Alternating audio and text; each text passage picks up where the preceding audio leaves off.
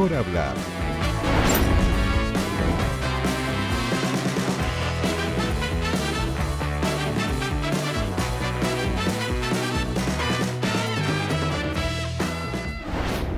Llegamos hasta Rapa Nui, la isla de Pascua le llamamos los chilenos.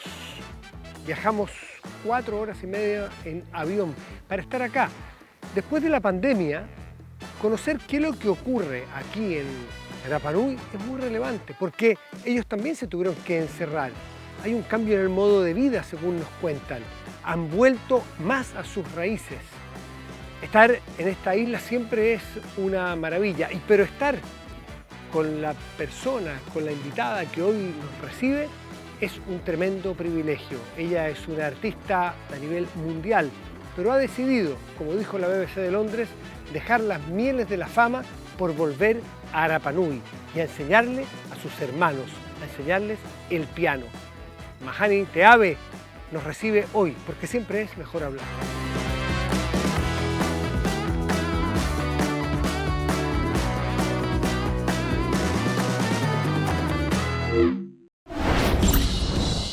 Estamos en el inconfundible Anaquena.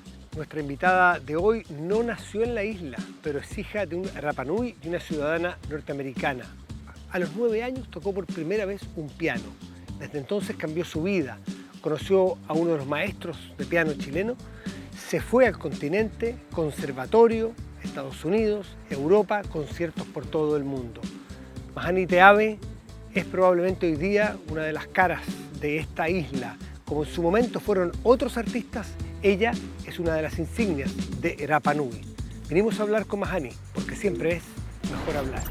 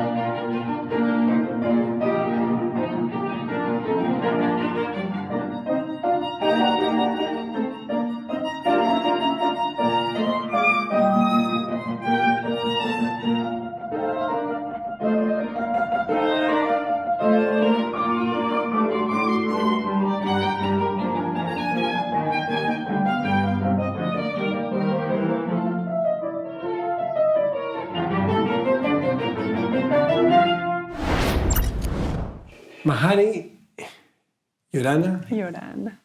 Maururu. Sí, Liri no es, no. Traté y no lo logré. No, pero el esfuerzo se aprecia. Maururu, gracias. Sí. Muchísimas gracias por recibirnos aquí, además, en este lugar, en esta escuela. Y que es tu vida. Te hemos visto toda la mañana trabajar y te hemos seguido mirándote, fascinante. Así que gracias por darnos este tiempo. No, gracias a ustedes por el tremendo viaje que han hecho para venir a conocer. Ya hemos visto imágenes de esta escuela. Cuéntanos dónde estamos, qué es esto, más allá de lo que aparente ser. ¿Qué es lo que es esto? Esto Bueno, lo primero que me nace es decirte es mi primer hijo. Esta es la escuela de música que hemos armado con mucho cariño, muchas personas, muchas manos, muchos corazones, mucho esfuerzo de muchas personas. Y es un espacio que la idea es que acoja y reciba a los niños en sus distintas etapas de formación y usando la música como el elemento unificador. Y bueno, el aprendizaje de los instrumentos. Una escuela de música y arte. Uno piensa que un músico o una música, una concertista que va camino a la consagración, que juega en primera división en términos futbolísticos, que juega en las grandes ligas y se viene a un lugar recóndito del mundo, aunque sea su lugar, cuando todavía no cumples 40 años, es una opción bien jugada. ¿Tú te viniste hace cuánto a la isla de vuelta?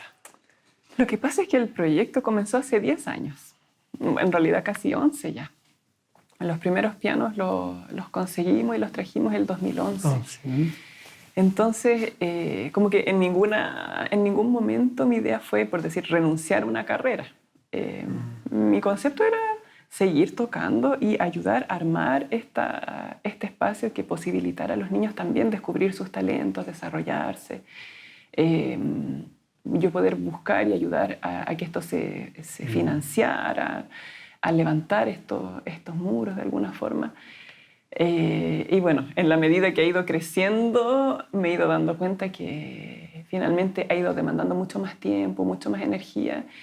Y lo he hecho con todo mi cariño y con toda la... Pero, Mahani, quizás fuiste inocente teniendo 30 años, porque la carrera de un concertista en piano, uno se imagina que demanda 6 o 8 horas diarias de estudio y práctica para estar y tocando a veces casi todos los días de una semana. O sea, todos los días. Todos los días de una semana, cambiándose de ciudad, sí, con los públicos, con los teatros. Y tú estabas en ese circuito, en Berlín, estuviste antes en Cleveland, Estados Unidos, y te viniste para acá. ¿Tú pensaste que podías seguir ese ritmo y ser la concertista en piano que, por lo que veo, los grandes maestros tenían pensado de ti a los 30 años? Mira, yo creo que hay varios elementos que pusiste en la mesa. Por un lado, yo creo que se idealiza mucho lo que es la vida de un concertista. Como que la gente siempre piensa que, por decirte, estar en el escenario, que te aplaudan, que seas famosa, ganar harto dinero, como que esas son las cosas que la mayoría de la gente quiere. Pero no, nunca fue lo que yo quise. O sea, yo, por ejemplo, ser conocida es como que me es incómodo. ¿Ya? Y, por ejemplo, es difícil tocar para cientos o miles de personas. Es muy difícil, es de una exigencia que es brutal. ¿No lo estabas pasando bien cuando estabas en ese camino a la cumbre? Porque la cumbre sería, no sé, 20 años después. La cumbre de un pianista, supongo. No es a los 30, pero tú ibas camino a lo mejor a esa cumbre. Yo nunca quise estar, ponte tú, tocando en distintos lugares día por medio. Cosa que muchos de los pianistas conocidos o famosos es lo que hacen. ¿Y ya te estaba pasando? Por ejemplo, hice alguna gira, y tengo una gira que se viene que va a ser en ese formato, una gira grande. Pero, o sea, conocí, no sé, en esa pura gira conocí 7 países en Asia. Pero no los conocí. Conocí el hotel, el aeropuerto y la sala de concierto. Lo pasé muy bien porque conocí mucha gente linda, comí muy rico y estaba con una compañera músico tocando música de cámara que lo pasamos muy bien. Pero no era algo que yo me veía haciendo por siempre. O sea, yo siempre quise tener una familia. No puedes tener una familia si estás viajando así de ciudad en ciudad. O quizás puedes, pero... y el nivel de estrés también. O sea, ¿te empezó a hacer ruido? ¿Te empezó a hacer ruido eso? Bueno, no, era lo que yo tenía y tiene también su parte que gratifica, o sea, de alguna forma poder compartir lo que tú estás practicando diariamente, todas esas horas y horas y horas en las que vas puliendo las obras, uno la quiere compartir.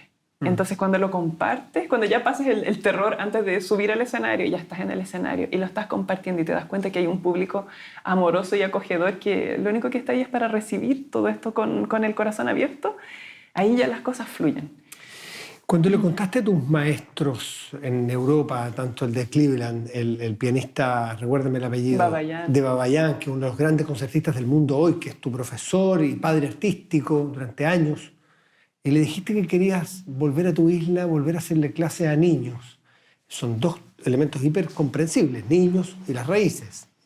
Pero, ¿qué sintió él y qué te dijo él? Porque probablemente él sí se enteró de que tu carrera de concertista iba a sufrir. No podía estar 8 horas todos los días practicando igual. ¿Qué te dijo? Lo que pasa es que, como mi planteamiento era diferente, mi planteamiento nunca fue por decir como estar en un solo lugar. Mi idea era seguir dando conciertos, ir y venir. Aparte que hoy día se puede. Se puede. O sea, tenemos un vuelo, imagínate a cuánto, estamos a 5 horas de Santiago y a 13 horas de España. O sea, en 18 horas avión llego a España.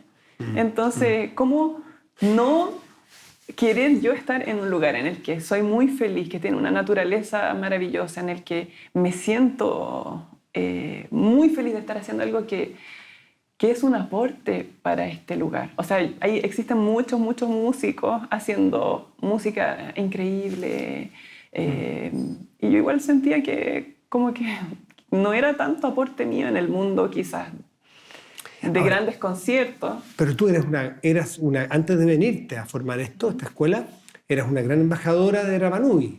Mahani, Teave, sonaba como uno de los nombres de un... Este disco al final hizo más ruido positivo por la isla y por la escuela y salió ¿hace cuánto? 2 años. Sí. O 3 años. Un disco que estuvo primero en los Billboard, un disco sobre música. Lo que voy es que lo uno no quita lo otro. Yeah. Por ejemplo, ahora tengo en septiembre, octubre, una gira súper grande en todo Estados Unidos, inaugurando una sala en Nueva York, o sea, conciertos en Canadá. ¿No sientes que has perdido esa parte? No, pero yo le dije a la que lo organiza, le dije, mira, yo no quiero estar yendo y viniendo. Planifiquemos un tiempo, ok, septiembre, octubre, dale. Voy, ciudad por medio, o sea, día por medio, distinta ciudad, ok, lo hacemos y después vuelvo a mi tranquilidad. O sea, y ni siquiera es tranquilo acá porque... No, he visto que tienes mucho trabajo. Mucho, sí. La verdad es que no paro. ¿Cuántas personas trabajan en esta escuela? En este minuto tenemos 7 profesores y tenemos un equipo administrativo que es la persona que ve finanzas, coordinadora de la escuela, un par de externos también que son abogados, ¿Cuántos niños y niñas vienen diariamente a practicar aquí los instrumentos? Varía, porque tenemos lo que son las clases permanentes y tenemos también lo que son talleres específicos. Y todo esto lo vamos manejando según los proyectos. Porque nosotros, al principio, el sueño, y siempre y sigue siendo, es que sea una escuela gratuita. Pero no se sostuvo. Entonces, hoy día es un cofinanciamiento. Los papás ponen algo y la otra parte la ponemos nosotros buscando los recursos. Entonces, ¿cómo lo financian? Esa parte a través de proyectos, a través de, por ejemplo, los que donan, de repente, no sé, en nuestra página web llegan donaciones, ahí a gotera, pero o sea, de a poquitito. ¿Da la página web? Sí, la página web es www.tokirapanui.org. Tokirapanui.org. Mahani, BBC... pueden hacer donaciones y también se pueden hacer socios colaboradores, donde pueden inscribirse mensualmente para aportar 5.000 o 10.000 o lo que puedan.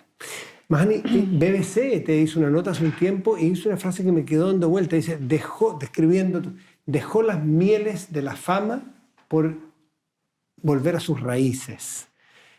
Tan fuertes son las raíces, tú no naciste acá. Tú eres hija de Rapa Nui, tu madre es norteamericana, tú naciste en Hawái, llegaste a los 2 años aproximadamente, pero cuéntanos de esas raíces con Rapa Nui. Es que las raíces están en la sangre. Sangre. Sí, y es como un cordón umbilical que te une a tu tierra. Y esa parte es fuerte. Como que uno siempre piensa, la gente de Rapa Nui, que está afuera eventualmente siempre vuelve. Y lo de las mieles de la fama... Eso dice BBC. Yo no diría que el tema de la fama es... la gente tiene una imagen de lo que es la fama que es muy lejana de la realidad. ¿Por qué? ¿Qué lograste tú de percibir de la fama?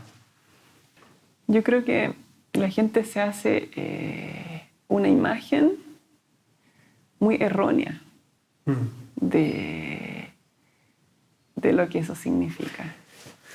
Y las raíces, volvemos a las raíces de Rapa Nui. ¿Tú lo hablas? ¿Hablas de Rapa Nui perfecto? No perfecto, muy lejos de perfecto. O sea, es un constante aprendizaje para tratar de aprenderlo mejor. Tú hablas 4 idiomas. ¿Cuál es el idioma que mejor hablas? Español, Luego, inglés. que es tu idioma materno. Luego, Yo diría que alemán. y después de Rapa Nui. Sí. La Mira. razón de eso, porque yo tendría un Rapa Nui fluido, yo creo, 100%, si es que nosotros acá tuviéramos otra mentalidad, la de que todos los que sí lo hablan bien, lo hablen a todos. O sea, por eso yo aprendí alemán súper bien, porque llegué a Alemania y nadie me empezó a hablar inglés, nadie me empezó a hablar español, me hablaban alemán, alemán, alemán, alemán. Llegaste a los 18, por No, ahí, 20. Alemania, no, Alemania tenía como 25. 20 y tantos, después de 26. Cleveland. Y todo lo que tú escuchas todo el día es alemán. Entonces, Pero veo que hay un cierto reproche al Rapa Nui, a tus hermanos Rapa Nui, de que no todos le hablan a los demás en Rapa Nui, te critican no si es, es que no. Tú dices un reproche. ¿Sí? De que de que se pueden burlar si es que tú no lo hablas bien o te corrigen mucho. Sucede mucho también. ¿Por eso no lo hablas bien? No. En mi caso yo lo hablo igual, aunque no lo hable muy bien, igual lo hablo porque sé que es la única forma de practicarlo, de aprenderlo, también de cultivarlo. ¿Y por qué no lo hablas tan bien si llegaste a los 2 años acá aproximadamente? Por varias razones. A ver. Una es que mi papá, que es el que habla perfecto Rapa Nui, se separó de mi mamá a los 5 años. Entonces ahí ya yo estaba creciendo en una casa gringa. Y lo que tomaba era lo que escuchaba por aquí y por allá. Pero lo segundo es que el idioma estuvo prohibido por mucho tiempo. Entonces, hoy día la gente no lo habla masivamente porque hay una herida dentro. Entonces, muchos de nuestros papás no lo hablaron a nosotros como por protegernos del sufrimiento que les significó a ellos cuando llegaban al continente y no se podían comunicar en el español o se burlaban de ellos o los que eran castigados en el colegio acá por hablar nuestro idioma. Entonces, ¿hasta cuándo fue eso? ¿Eso que te castigaron en el colegio por hablar Rapa Nui? Cuando llegaron los... ¿Este es fluido? ¿Esto es fluido? Ya. Es que aquí voy a meter la pata. Bueno, es cuando estaban como las monjas enseñando en los colegios y también como que todo lo que fue nuestra cultura estaba como siendo degollada cuando fueron, o sea, desde que empezaron a llegar como los holandeses, todo como que hubo un golpe tras golpe, tras golpe, tras golpe, tras golpe. Cuando llegaron los misioneros se empezó a prohibir todo lo que era también la parte que se llamaba como más pagana. Entonces como que toda esa parte de identidad propia fue súper aplastada, o sea, cuando el pueblo vivió así. Imagínate lo que era como un gueto, la gente encerrada en Hangaroa. O sea, es una herida... Es una herida muy reciente. O sea, imagínate que mi tía a los 12 años recién pudo ir a conocer a Anaquena. Mi tía. Porque estaba en Hangaroa. En Hangaroa. Porque no se podía salir. Porque, o sea, crecer encerrados en un lugar en el que tú no puedes, en que no eres persona. Y tú estás criando a tu hija que tiene 6 años aquí mismo. ¿Tú sientes que ella goza de un contexto cultural distinto al que te tocó a ti cuando eras una niña de 6 años? ¿Se ha evolucionado para bien en ese sentido? Lo que pasa es que acá yo te diría que la infancia es maravillosa, porque hay mucha naturaleza. O sea, si es que estás en una familia también que cuide la infancia, porque también hay situaciones de mucha vulneración. Pero en el caso mío personal, tuve mucho mar, mucha vida natural. Y en el caso de mi hija, como que también quiero que ella sienta esa libertad, que explore, o sea, no que esté pegada en el celular, ni en la tele, ni en nada de eso, sino que se desarrolle internamente y plenamente como ser humano completo que es.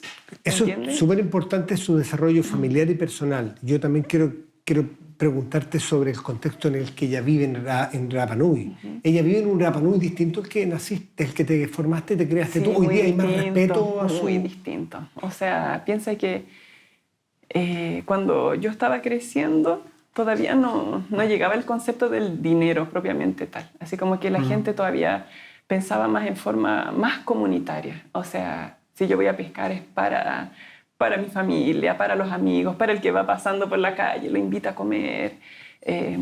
Todavía parte de este pensamiento más que es propio de nuestra cosmovisión, el humana, de trabajar juntos, de plantar en conjunto para proveer a todos. ¿Eso se mantiene?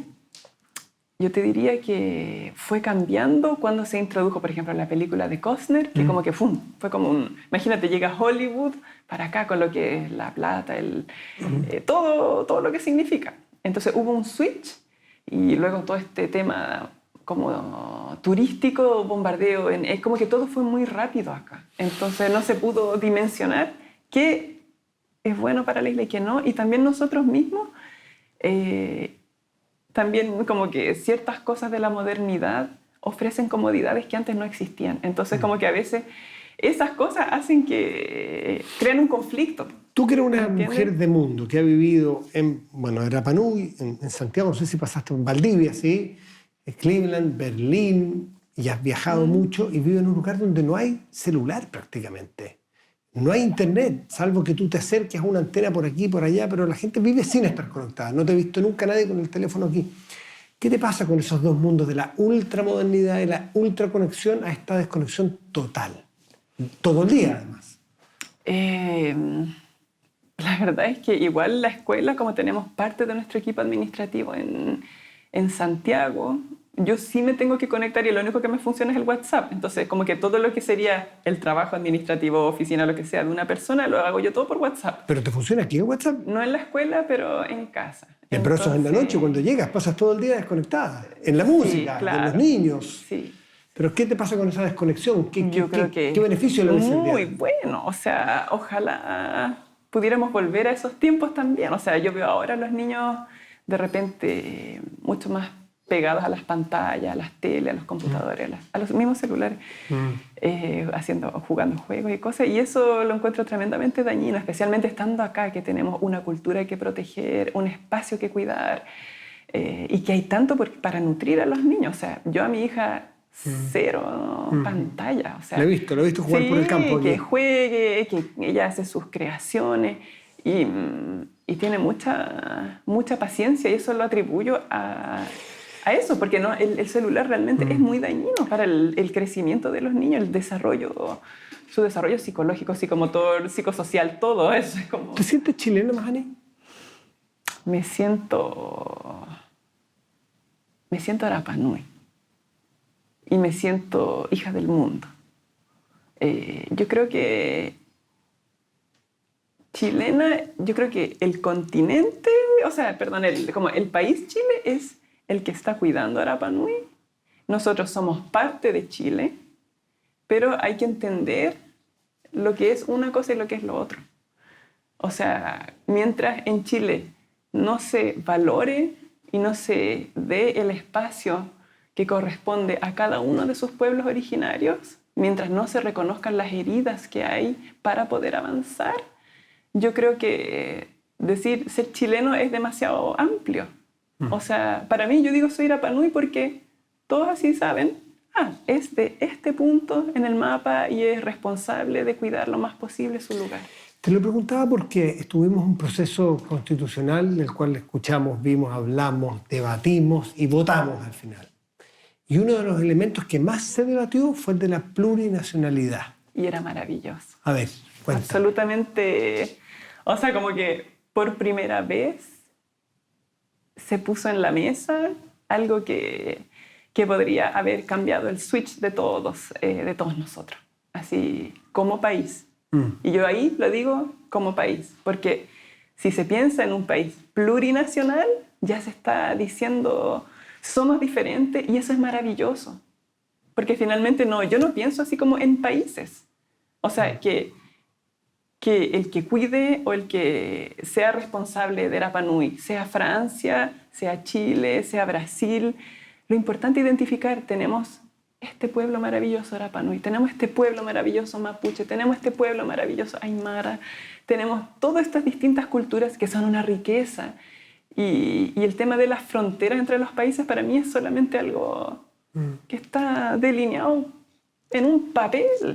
O sea, ¿por qué tengo yo que decir, yo soy tan chilena como soy brasilera, como soy norteamericana, como soy, o sea, es como, soy hija del mundo, ¿me entiendes? Soy hija de este planeta y soy responsable de cuidar esto, porque esto es donde está mi sangre. Y si en la Constitución que viene, porque se empieza un nuevo proceso, no queda establecido exactamente como en la propuesta que fue rechazada, que era la plurinacionalidad, pero sí hay reconocimientos a los distintos pueblos que formen parte de Chile, ¿te parece satisfactorio? ¿Te parece un avance? Yo creo que hay que estudiarlo, yo creo que hay que estudiar todo eso, porque, o sea, una cosa es lo que, o sea, se está avanzando en lo que es la parte como documento y otro es la parte que realmente tiene que ver con el reconocimiento en sí. Yeah. Ponte tú, mi mamá vivía en plena Araucanía, en el campo, entonces, y yo estuve mucho tiempo también ahí, entonces todo lo que es la situación que está sucediendo en la Araucanía, quizás piensan como que se puede reparar, no sé, poniendo subsidios, haciendo esto, haciendo lo otro, y por ahí no parte. ¿Y por dónde parte? Por decir, nosotros como gobierno hemos cometido errores, hemos causado daño, hemos hecho cosas que no correspondían. Y eso mismo aplica para acá también. O sea, acá se trata de reparar, se trata de hacer esto. Pero por ejemplo, ¿por qué todavía se enseña la pacificación de la Araucanía? Eso no fue una pacificación, fueron masacres. Entonces, cuando no miremos las cosas como son, no podemos avanzar. Y, por ejemplo, lo mismo, mucha gente de repente allá en el, no sé, en el sur de Chile, mis amigos me preguntaban por la isla y me decían, ¿por qué suceden estas cosas? Y cuando yo les contaba la historia más reciente, porque todos conocen al Moai, conocen la historia del, qué sé yo, del hombre pájaro, pero ¿alguien sabe que nosotros vivimos en un gueto? Que hubo pasos de mucha lucha para que nos reconocieran como ciudadanos en vez de como animales más, igual que los corderos que estaban deambulando, o sea, y esas cosas. Habiéndose superado y teniendo cierta conciencia, ojalá fuera más, pero cierta conciencia de esas heridas históricas y culturales. Ahí podemos avanzar. ¿Hay algo pendiente hoy, en el día a día, en lo cotidiano de Rapa Nui, hoy, 2023? Pero muchísimo. Para ser parte, me refiero, de un colectivo. Claro, o sea, ¿sí? eso parte por ver desde el tratado que se hizo en 1888. Un acuerdo de voluntades. ¿Y qué habría que cambiarle a ese acuerdo? Primero hay que reconocer lo que fue. Y desde ahí recién se puede mirar y decir, o sea, no fue un acuerdo donde la isla cedió sus derechos. No. Fue un acuerdo de voluntades. Entonces, ahí recién uno podría decir, ya, si estamos como dos naciones dialogando, ¿qué vamos a hacer en conjunto? ¿Cómo podemos avanzar? Nosotros estamos entregando esto, ustedes nos están entregando esto. O sea, realmente una valoración. ¿Hay alguna inquietud política en Majani Teave? ¿Te gustaría el día de mañana representar a tu pueblo? Yo creo que hay personas que tienen ese don. Yo creo que mi don va más por la música. Sí. Yo estaré para apoyar los procesos, para... Pero es importante también tener líderes reconocidos en el resto de Chile. Pero hay gente más preparada. O sea, por ejemplo, nuestra constituyente, yo estuve muy, muy orgullosa cuando ella salió como la representante elegida, porque por un momento dije, no vayamos a cometer un error como pueblo en quizás no mandar a alguien que esté tan preparado.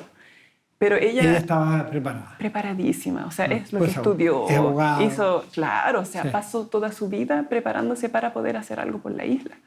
Entonces, y lo hizo muy bien. En la política local, hay un liderazgo que hace, entiendo, 30 años aquí. Quizás uno tiene que respetar eso, las culturas locales, y esa es la forma. ¿Te parece que internamente ustedes también deben darse una organización distinta que lo que le echas de menos a Rapa Nui de hoy?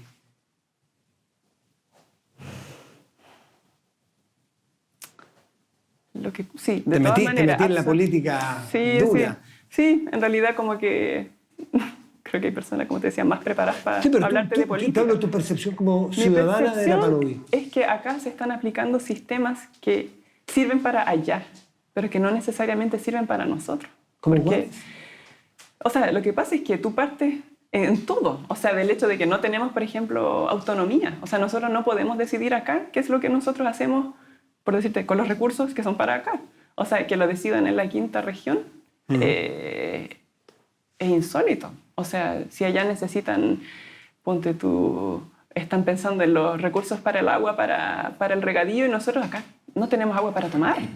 O sea, ¿me captan? Se nos están secando, o sea, se están... O sea, nuestras napas de agua subterránea, estamos en problemas. Están salinizándose, tenemos incendios, no tenemos cómo apagarlo. O sea, tenemos nosotros que tomar decisiones acá. Y son muchas cosas, o sea, el tema del ganado, así, pisando toda la arqueología. O sea, hay muchas cosas que tienen que suceder políticamente y en la estructuración que tienen que estar acá. O sea, y mucho de lo que nosotros hacemos acá, finalmente terminamos haciéndolo como por iniciativa propia, porque... y quizás de repente hasta yendo en contra de lo que... como por otros caminos. ¿Qué pasa con el machismo en la sociedad? Porque a lo mejor es un mito y uno lo lee, pero tú lo vives o no.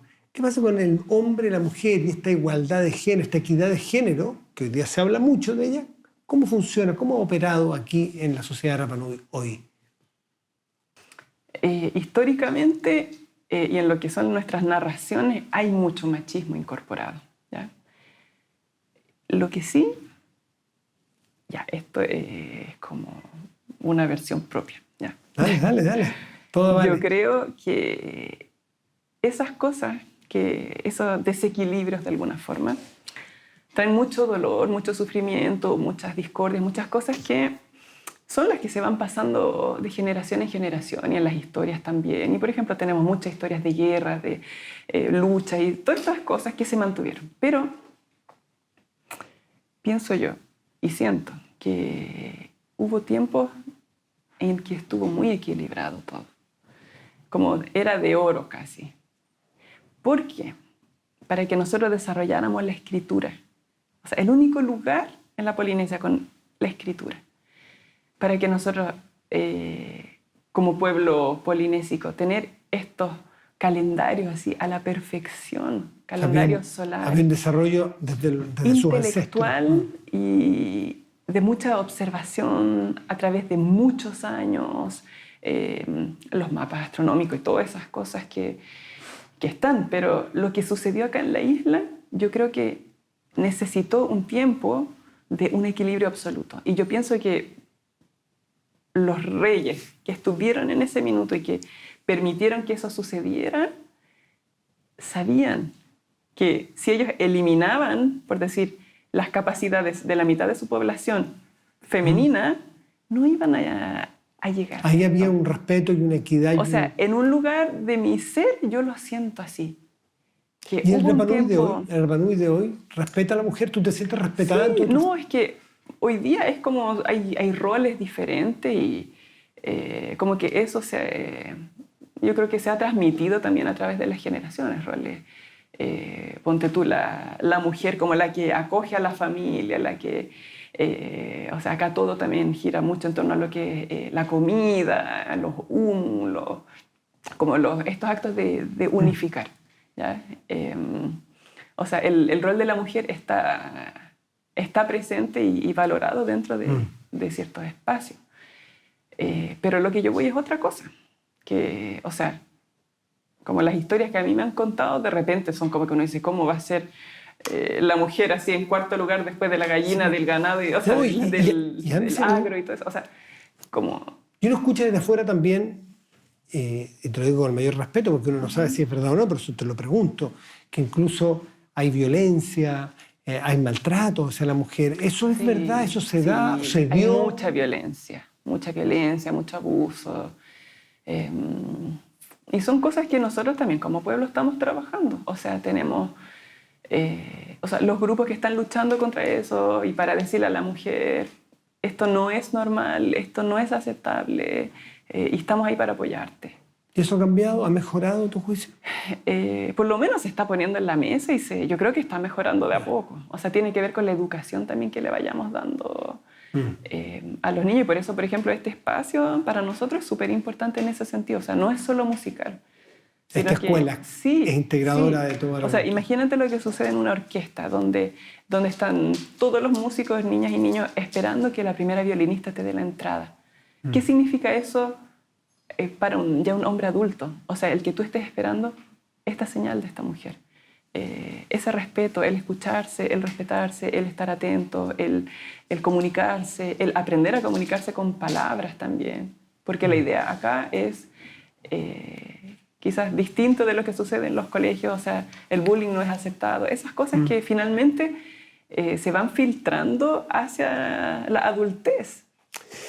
Nos vamos a separar un momento. Vamos a hacer una pausa y volvemos pronto con Mahani Teave, desde aquí, desde Rapa Nui. Vamos a seguir dialogando, porque siempre es mejor hablar.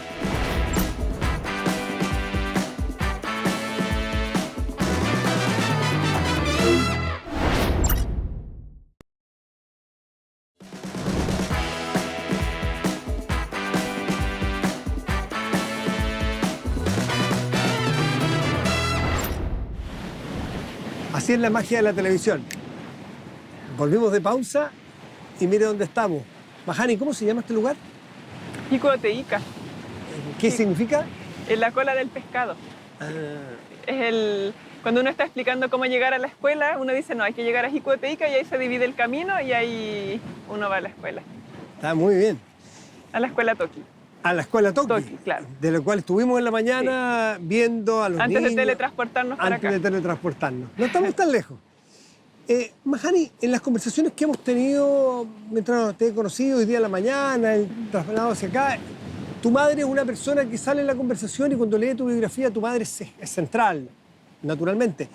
Lo que es curioso porque ella es la gringa en tu vida, no es lo Rapa Nui, pero tiene mucha influencia en ti. Yo te preguntaba, tú te fuiste a los 9 años aproximadamente de aquí detrás de un piano.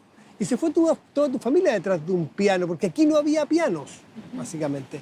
¿Tu madre qué papel jugó ahí? Pescó a las 2 hijas, ya estaba divorciada o separada, y partieron a Valdivia. Sí, bueno, ahí hay varias cosas. Lo primero es que sí, mi mamá ha sido una influencia tremenda. Ella viene de una familia muy ambientalista. Por ejemplo, mi abuelo, que recién cumplió 100 años, está vivo. Son de Colorado, ¿no? De Colorado, en Estados Unidos. Él como dictó batallas pacíficas, pero evitó que se hicieran represas. Por ejemplo, la familia también fueron de los fundadores del Sierra Club, que es uno de los grupos medioambientales más grandes de Estados Unidos. Ya. Entonces, de alguna forma siempre ha estado presente como esa conciencia medioambiental. Eso también está en tu sangre, en mi sangre. Como lo Rapa Nui, lo ambientalista. Está en la sangre. Ya. Y también el luchar por las cosas que uno quiere o cree. Yo creo que eso también viene directo de allá. Sí. Bueno, hagamos un paréntesis. La escuela Toki, que estuvimos en la mañana, está construida medioambientalmente amigable con el entorno. Está hecha con desechos, con basura, que estaba dando vuelta a la isla. Si no me equivoco, hay 4.000 botellas, hay 250... No, mucho más. Son miles. Son toneladas de cartón que están en los techos. Neumáticos. Sí, neumáticos, miles de neumáticos, decenas de miles de latas, de botellas de vidrio, botellas de plástico. Y están escondidas entre medio de esta preciosa... escondidas. Tienen los colectores de agua lluvia, que la idea era que esto, de alguna forma, como que buscara dar solución o propusiera alternativas para estos desafíos que tenemos. Por ejemplo, la escasez de agua, la deficiencia energética. Por ejemplo, este era el sistema fotovoltaico más grande de la isla en su momento. Mira. Que también sirvió, yo creo que de inspiración para otros, porque ahora hay muchos sistemas fotovoltaicos, hay muchos más grandes, también muchas casas que lo tienen. Y respecto a mi mamá... Volvamos a tu madre, que me interesa mucho esa figura. Sí, ella... Hubo 2 cosas que sucedieron. Una es que la profesora de piano se iba y Roberto Bravo vino y me dijo, mira, si quieres seguir, o le dijo a mi mamá en realidad, Valdivia sería el lugar. Y eso, combinado con situación también conflictiva familiar que tenía mi mamá acá en la isla, fueron como gatilló el, ok, vamos. Entonces, finalmente mi mamá también quería que tuviéramos oportunidades educativas, y de desarrollar nuestros talentos. Mi hermana, yo, si queríamos hacer algo que pudiéramos tener acceso a eso. ¿Y acá era difícil? Acá no había. O sea, en el tema, por ejemplo, de música, de piano, y por eso está la escuela, que es para dar esas oportunidades sin que tengan que irse, sin que tengan que pasar por ese desarraigo que significa dejar tu lugar, o sea, lo que significa dejar estas piedras. Sí, cuando tú te fuiste, Vagani, con tu familia, tú a los 9 años, no había un piano en esta isla. Había uno, pero era el de la profesora y la profesora ya se iba. ¿Y se lo llevaba? Es que aunque no se lo llevara, no había profesor, entonces no te sirve. Y ese carácter de esta mujer hippie, tu madre, hippie gringa, muy moderna, pero parte detrás del sueño de una de sus hijas, que es hacer el piano, su vida. ¿Y qué hace ella allá? ¿Cómo toma ese carácter? Defíneme a tu mamá. Bueno, yo creo que ella no te diría que es muy hippie, pero... ¿No? ¿Y tú qué dirías, pues, es hippie o no hippie? O sea, yo no, como no viví en esa época, pero yo creo que sí. Ya. O sea, por lo menos tiene rasgos bien peculiares. O sea, como que por un lado yo crecí bajo un régimen así muy estructurado, de extremada disciplina, pero por otro lado, si uno sale a viajar con ella, es la persona más flexible que tú te puedas imaginar. Si hay que dormir en un terminal, se duerme en un terminal. Si hay que dormir en una silla en un aeropuerto, se duerme feliz. Todo, bueno, si hay que ahorrar en esto para poder entrar a un museo, se ahorra en eso para entrar.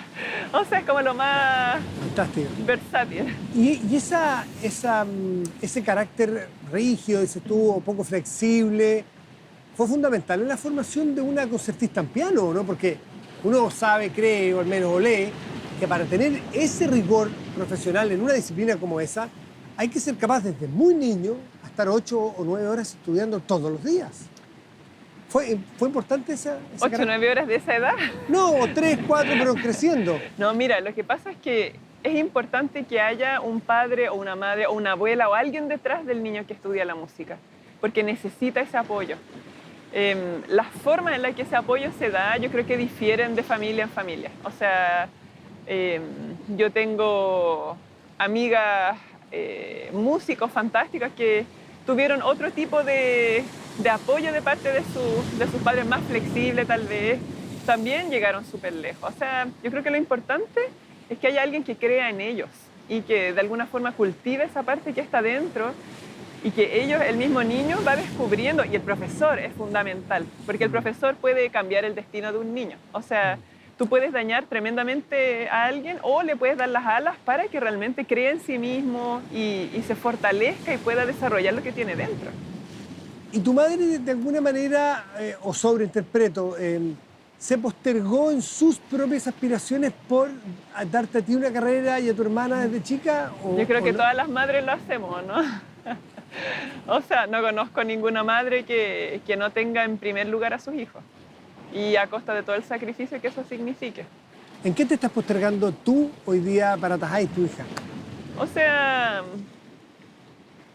hay muchas cosas que a mí me gustaría hacer, ponte tú dentro de lo que es mi tiempo libre, pero que no existe el tiempo libre. O sea, obviamente voy a preferir algo que sea para ella. Ahora, yo sé que uno necesita darse esos espacios, o sea, otra cosa. Sí, sí. Pero como yo estoy con tantas cosas que hacer, como que entre mi propia práctica, como mantener andando a la escuela, trabajar con nuestro equipo y todas las labores de madre, que bueno, yo soy madre sola en este minuto, entonces es súper pesado. Entonces, por ejemplo, a mí que me gusta bucear, desde mayo que no buceo, ponte tú. O esas cosas, bailar, hace mucho que no bailo. ¿Y estás postergando tu práctica de pianista? Como pianista, sí, estoy ¿Pianista sacrificando, solitaria? pero yo diría que no es mi hija, sino que yo diría que son las labores de la escuela. Las que, o sea, como que esas son dos cosas muy pesadas. Mi hija es lo más flexible, adaptable. La todo vimos adaptarse todo el día ahí solita. Sí, o sea, me acompaña a hacer lo que tengo que hacer. Por ella iría conmigo a bucear. ¿Y no te da miedo el día de mañana mirar hacia atrás y haber dicho, le debía haber dedicado un poco más de tiempo a la práctica del piano para poder alargar tu carrera como concertista? ¿O estás tranquila en eso, en la ecuación de tu día? Yo creo que uno tiene que vivir conscientemente el momento en el que está. Yo creo que son decisiones conscientes de ahora que obviamente repercuten a lo que viene, pero no es como que uno no sabe lo que significa. O sea, yo sé que yo soy consciente de las decisiones que voy tomando y creo que eso es lo importante. ¿Estás tranquila? Estoy tranquila porque lo estoy postergando para algo que para mí es súper importante. Entonces, por ejemplo, para mí la escuela de música es mi primer hijo. O sea, yo tengo dos, la escuela y mi niña, ¿me entiendes? Y le dedico lo que necesita. Y ojalá que esto eventualmente se pueda mantener por sí mismo y yo sí poder dedicarme quizás más a otras cosas. O sea, pero para eso se necesita varios elementos. O sea, se necesita que el equipo esté andando con un engranaje que funcione, se necesita que haya un financiamiento ya estable y definido a largo plazo, que esto se autosustente, no que hayan como incendios que apagar a cada rato, ¿me entiendes? Sí. Mahani, y la figura de tu madre me queda sumamente clara y bien posicionada en tu propia mente, en tu propio sentimiento. ¿Tu padre dónde está presente en tu vida? Aparte que te da la sangre de Rapanui, que por Dios que es importante. De hecho, tu cordón umbilical es con la isla y él te da eso. ¿En tu formación? Nos tenemos un cariño muy grande. Yo creo que, o sea, independiente de las cosas que pasan de repente entre los padres, esas son cosas que no debieran afectar a los niños. Y por mi parte, como que la isla y él siempre obviamente estuvieron ligadas y él es fantástico músico, cantautor, como que es algo que también llevo dentro. Y nuestra relación igual es cariñosa. ¿Lo ves? Sí, sí, sí. Mira, bueno, porque él vive aquí, ¿Sí? en la isla. Tu madre vive en el sur de Chile. Sí. Está bien, veo que hay, o sea, no tienes unas figuras conflictuadas, ni de madre ni de padre, para nada. No. ¿Cómo llegó el piano a tu vida? Por mi abuelo. Aquí no había piano. Por mi abuelo que cumplió 100 años, que ya te di. El abuelo gringo. Gringo. Sí, yo lo fui a visitar cuando era muy chica y conocí el piano y me encantó y como que jugaba y tocaba lo que podía y él me enseñaba un poco. Y claro, cuando llegó la primera profesora, yo ya sabía que ella venía, que venía una señora con un piano. Yo ya estaba pero con las expectativas, pero a más no poder. Y era extremadamente tímida yo en ese tiempo. Pero a pesar de eso, agarré a una amiga, la senté en la bicicleta y le dije, tenemos que ir a conocer a esta señora. Y fui directo a su casa y ella como que abrió la puerta y yo lo único que recuerdo es así como, yo sé tocar piano y después lo siguiente que recuerdo es tocando así como con un dedo. O sea, yo no creo ni que pedí permiso para entrar. O sea, eres tímida para todo, menos para Sí, no sé. el piano. Como que tenía un objetivo y bueno. Pero ella no quería enseñarme porque yo no tenía piano y porque ella estaba jubilada, quería tranquilidad y bueno. Pero ahí insistí y resultó. ¿La volviste a ver a ella una vez que se fue de aquí? ¿Cómo? ¿La volviste a ver a ella? Sí, en Estados Unidos la vi una vez. Cuando yo tenía 11, toqué para ella. Ah. Fue lindo verla. ¿La recuerdas? ¿Fue tu primera...? Sí, tenemos Uno de tus profesores, de tus maestros en Estados Unidos decía que una de las características tuyas era la capacidad de concentrarte que tenías y de estar enfocado en lo que estabas haciendo. ¿Cuáles son, a tu juicio, tus características que te hacen ser una pianista tan destacada?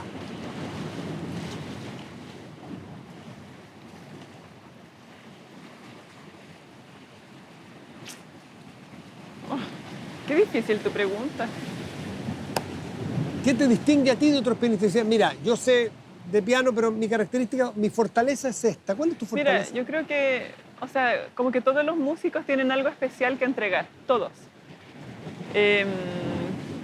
Lo que a mí me sucede, y que tal vez es lo que le llega a la gente, no lo sé, yo cuando estoy tocando trato de entregar mi todo, como de ser lo más honesta posible, como desde mi corazón, y prepararme lo mejor posible, tratar de entender el sentido de la música detrás, el sentido que tuvo el compositor al poner las armonías que puso, los fraseos que puso, las dinámicas que puso, pero un sentido no solo por la música en sí como un elemento intangible o sonoro, sino que la profundidad de eso desde el compositor, o sea, ¿qué estaba pasando el compositor? ¿Qué puede representar también una obra quizá en un momento histórico? No sé. Como que hay hartas cosas que antes de que uno toque en un concierto uno tiene que estudiar, no es solamente llegar y mover los dedos.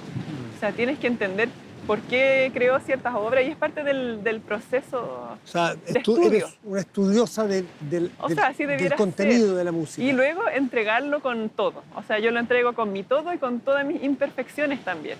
O sea, como lo hice lo mejor posible, lo estudié lo mejor posible, lo entrego con todo mi cariño. Ojalá que les llegue, ojalá que lo tomen, ojalá que les haga feliz en este rato y que se lleven algo y que, no sé, eso es. Cuando dicen que eres de Rapa Nui o Isla de Pascua, se dice en el continente, se te habla, o sea, de las costumbres, de la isla, hasta de los Moai, pero cuando se dice fuera que eres chilena, te compararán con Arrau. Te dirán, de hecho yo lo he visto en algunos documentales, sí, de Chile, que también tuvo a Claudio Arrau. No, ¿Te sientes Arrau. heredera de algo de Arrau? Lo que pasa es que heredera sí, porque hay un linaje musical. Por ejemplo, él fue profesor de Roberto Bravo, que también me traspasó sus conocimientos, de Rudy Lema, que fue profesor de mi profesora en Valdivia. O sea, hay un legado ahí. Bueno, no solo profesor de Rudy Lema, más también amigo, entonces ellos compartían muchas cosas. Pero finalmente uno hereda las tradiciones musicales, entonces a través de estos maestros heredé esa parte y a través de los otros maestros como Babayán, la escuela rusa, con eso, esa línea. Entonces finalmente uno lleva todo esto. Y cuando escuchas a Arrau, ¿distingues a un maestro de maestros, un super capo? Es que Raúl es de los inmortales. ¿Sí? Sí, sí, o sea, hay músicos que simplemente van a trascender y trascienden a la historia. Veo que desde la conversación en la mañana que esa no es tu aspiración ni nunca fue, a lo mejor trascender en la música. Pero ¿no? si yo después me voy y no voy a saber qué pasa. Como que me es totalmente irrelevante. ¿Y Roberto Bravo cuánto pesó en tu vida? ¿Cómo? Roberto Bravo, ¿qué significado en tu vida musical? Él ha sido como ha sido muchas figuras, o sea, como no solamente un mentor musical, pero también una figura paterna y también como un padre musical y un amigo y, o sea, muchos años acompañando también este proceso. Fue cuando me fui a Valdivia, armó su fundación para poder becarme y a otros niños también, pero como me invitaba a tocar en sus conciertos, entonces gran parte del crecimiento, especialmente en los años de adolescencia, se los debo a él. O sea, quizás también la conciencia del artista como servidor. O sea, nosotros no estamos acá para vanagloriarnos nosotros, sino para servir a la humanidad a través de la música, para entregar algo, para quizás canalizar algo, no sé, da lo mismo si soy yo la que está tocando o, no sé, otra persona tocando. Lo importante es esta música que va desde el alma del compositor hasta el del público. ¿Cuál es tu compositor preferido? ¿O cuál es la pieza preferida? Varía. ¿Varía hoy? Sí, varía. Uf. Es demasiado limitado, eso. O sea, es como decirte, ¿qué prefieres? ¿Ser mente o ser cuerpo o ser espíritu? O sea, como Ya. tú eres un ser completo. Okay. Y esta música nutre distintas partes de mí. ¿Hay alguna...? Por ejemplo, a tu pregunta, por ejemplo, Chopin, que es extremadamente romántico, nutre esa parte emocional. Entiendo. Por ejemplo, Bach, que su música era dedicada a Dios y tiene como una altura en su estructura, o sea, una genialidad que es absolutamente fuera de este mundo. O sea, eso nutre otra parte. Okay. Entonces, si estoy así de ánimo, así como con un... Wagner. De repente Wagner, o si Beethoven con sus cambios así... Entiendo perfecto sí. la respuesta. ¿Y alguna pieza que te queda bien o que te gusta mucho tocar o que vuelves a ella? Sí, tengo varias, pero por ejemplo una que me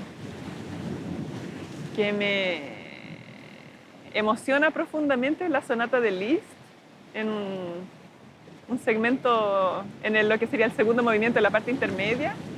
Hay una parte que como que siento que me transportó en algún momento en que estaba practicando sola, me transportó. Yo sentí como que me transporté casi como al momento de la creación de esa parte, como que sentí... Sonata de Liszt. En ese momento. ¿Qué sonata es? Es la sonata en si menor de Liszt. Sí. es un momento en el que están bajando es como una luz celestial casi.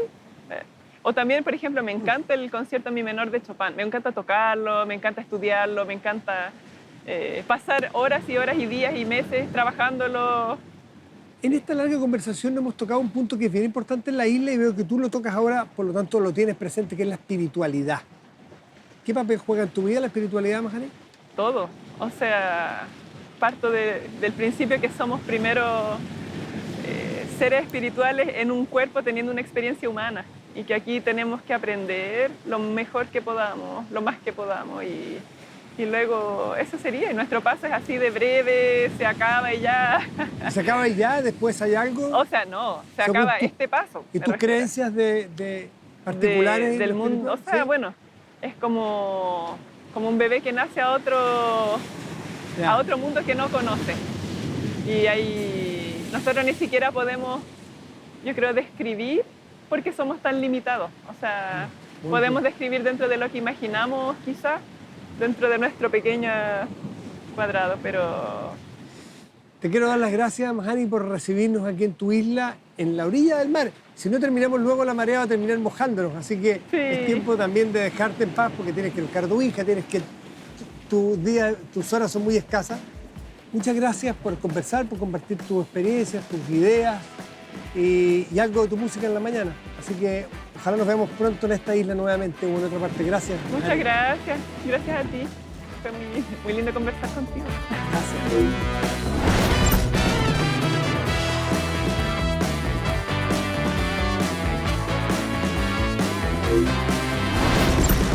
Hemos conversado con Mahani Teave, una mujer de una energía impresionante que llegó de Hawái a los 2 años acá, vivió muchos años formándose como concertista en piano en Cleveland, Estados Unidos o en Berlín, pero su cordón umbilical la trajo a su tierra, a Rapa Nui. Aquí estudia para ser concertista y sale en giras mundiales, pero aquí tiene la escuela Toki, donde 70 niños y niñas de esta tierra, de esta isla, se están formando en la música. Mahani Teave nos da un ejemplo de consecuencia de vida con su tierra y de dejar de lado esa fama que pudo haber tenido esta concertista para enfocarse en lo que ella siente que debe hacer para trascender. Nos despedimos desde Rapa Nui porque siempre es mejor hablar.